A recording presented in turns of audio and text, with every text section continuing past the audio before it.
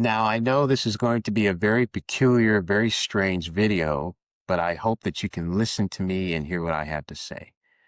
But I hold that Black people do not understand white supremacy. They simply don't understand it.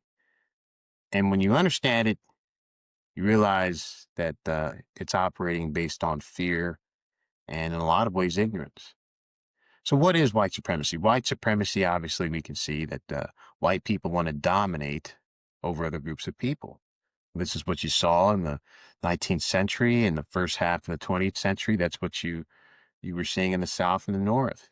Jim Crow was at play.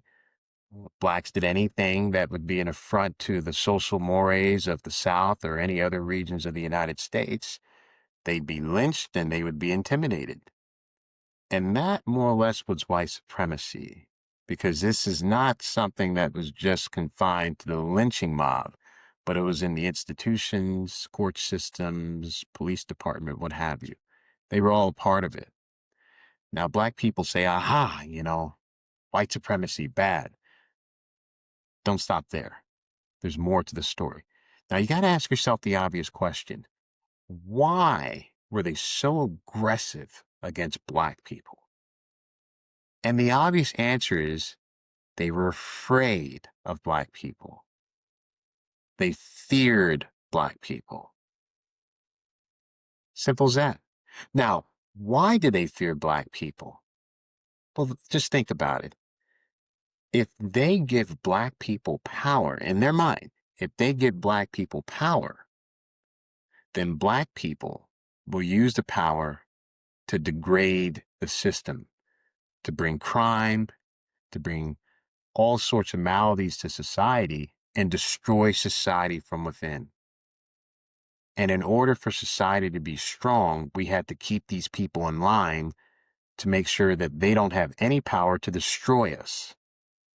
It's the same reason why the Athenians wanted to kill Socrates, because if Socrates were spreading any sort of critical thinking about the democratic regime in Athens, then they would turn against the regime. So they have to kill Socrates in order to protect themselves. Same thing with white supremacy. They have to suppress Black people in order to keep the system alive. Because if Black people have power, things will change. And that's essentially what's going on. Now, the remedy to white supremacy is very clear. And I said this before in another video.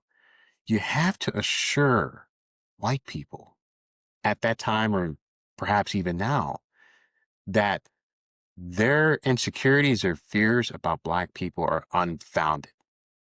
It's ignorance. And you do that by showing them that no, you're not going to be a criminal. No, you're not going to spread drugs. No, you're not going to be a hazard to a malady to society and to the state at large. You're going to add to the state. You're going to make the state better. You're going to make society better.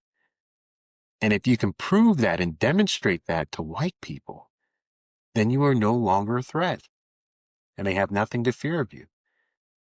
It's as simple as that. But Black people, in my opinion, didn't understand that. And they took it personal, and they didn't sit down and try to understand white supremacy. They just saw what it was doing to them.